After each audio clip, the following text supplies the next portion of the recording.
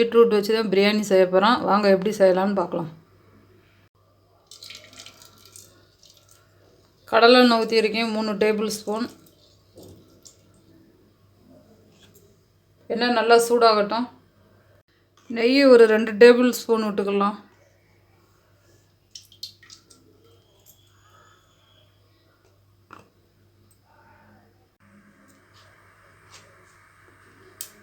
எண்ணெய் நெய் நல்லா சூடாயிருச்சு. ஒரு பட்டை 2 பிரிஞ்சி இலை ஸ்மால் சைஸ் சேர்த்துருக்கேன். பிரிஞ்சி இலை பட்டை நல்லா பொரிஞ்சிருச்சு. இப்போ நான் 3 வெங்காயம் கட் பண்ணி எடுத்து வச்சுருக்கேன், பெரிய வெங்காயம். அதை அதில் சேர்த்துக்கலாம். இதோட 4 பச்சை மிளகா சேர்த்துக்கலாம்.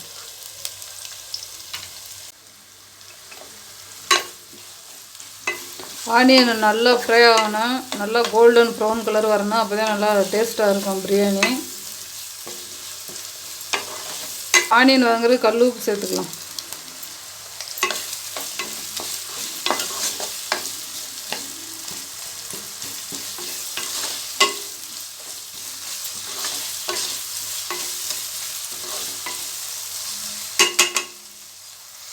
இப்போ இதில் இஞ்சி பூண்டு பேஸ்ட்டு சேர்த்துக்கலாம். 2 டேபிள் ஸ்பூன் சேர்த்துக்கலாம்.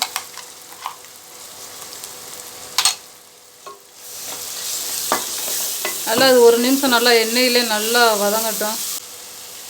இப்போ இஞ்சி பூண்டு பச்சை வாசனை நல்லா போயிடுச்சு. நம்ம அதில் தக்காளி ஆட் பண்ணிக்கலாம். ஒரு 4 தக்காளி கட் பண்ணி எடுத்து வச்சுருக்கேன், மீடியம் சைஸாக. அதை அதில் சேர்த்துக்கலாம்.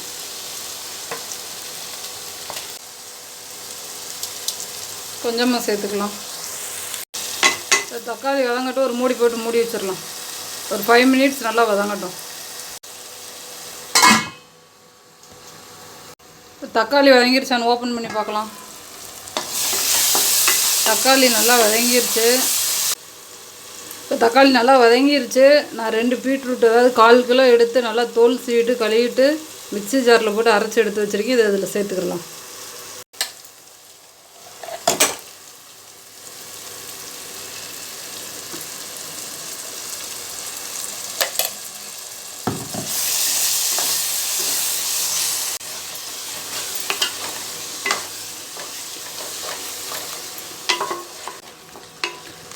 நம்ம பீட்ரூட் அரைச்சி ஊற்றுனதுனால அது சீக்கிரம் வெந்துடும். ஒரு 5 மினிட்ஸ் மூடி வச்சுருப்போம், மூடி போட்டு.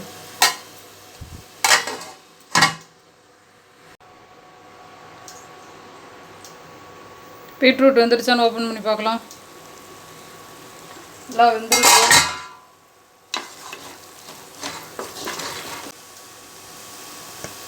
பிரியாணி மசாலா ஒரு 2 டேபிள் ஸ்பூன் சேர்த்துக்கலாம். எல்லாம் மிக்ஸ் பண்ணி விட்டுறலாம்.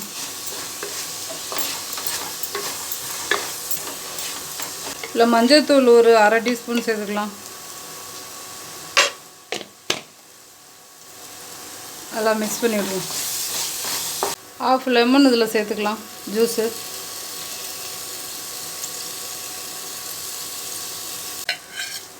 தயிர் 1 ஸ்பூன் சேர்த்துக்கலாம்.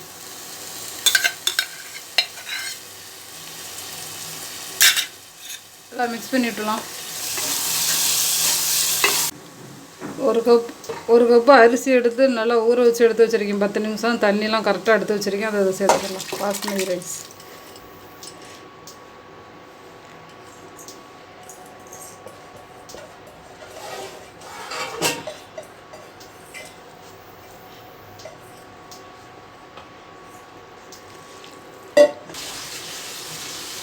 எல்லாம் மிக்ஸ் பண்ணி விட்டுடலாம்.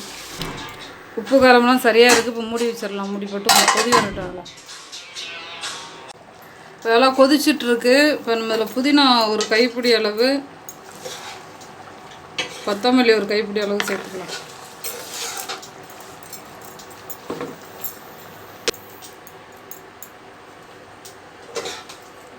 மூடி வச்சிடலாம். இப்போ நம்ம ஓப்பன் பண்ணி பார்க்கலாம். இந்த ஸ்டேஜில் தம்மு போட்டோம்னா கரெக்டாக இருக்கும். இப்போ லைட்டாக கிளறிட்டு அப்படியே தம்மு போட்டுருவோம். இதில் நெய் வேணால் போட்டுக்கலாம். நம்ம ஏற்கனவே போட்டிருக்கோம் நிறையாவே, அதனால் நான் இப்போ போடலை. இப்போ அதை அப்படியே 10 நிமிஷம் மூடி வச்சிடலாம் ஸ்லோ ஃப்ளேமில்.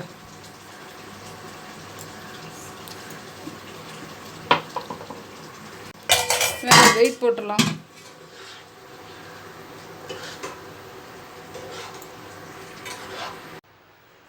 இப்போ நம்மளுக்கு பீட்ரூட் பிரியாணி ரெடி ஆகிடுச்சான்னு பார்க்கலாம். வெயிட் எடுத்துகிட்டு ஓப்பன் பண்ணி பார்க்கலாம். அது சூப்பராக ரெடி ஆகிடுச்சு. இப்போ நம்ம கலரி பார்க்கலாம்.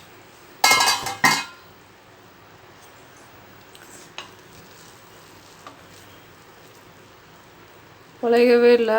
இது ஆறுனோன்னு நல்லா புழு புழுன்னு வந்துடும். ஒரு அரிசி கூட உடையவே இல்லை.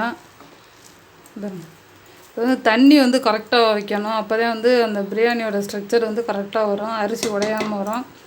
கண்டிப்பாக நீங்கள் ஒரு முறை ட்ரை பண்ணி பாருங்கள். உங்களுக்கு இந்த வீடியோ பிடிச்சிருந்தால் லைக் பண்ணுங்கள், ஷேர் பண்ணுங்கள், சப்ஸ்கிரைப் பண்ணுங்கள். மறந்துடாமல் பக்கத்தில் இருக்க பெல் பட்டனை கிளிக் பண்ணிடுங்க.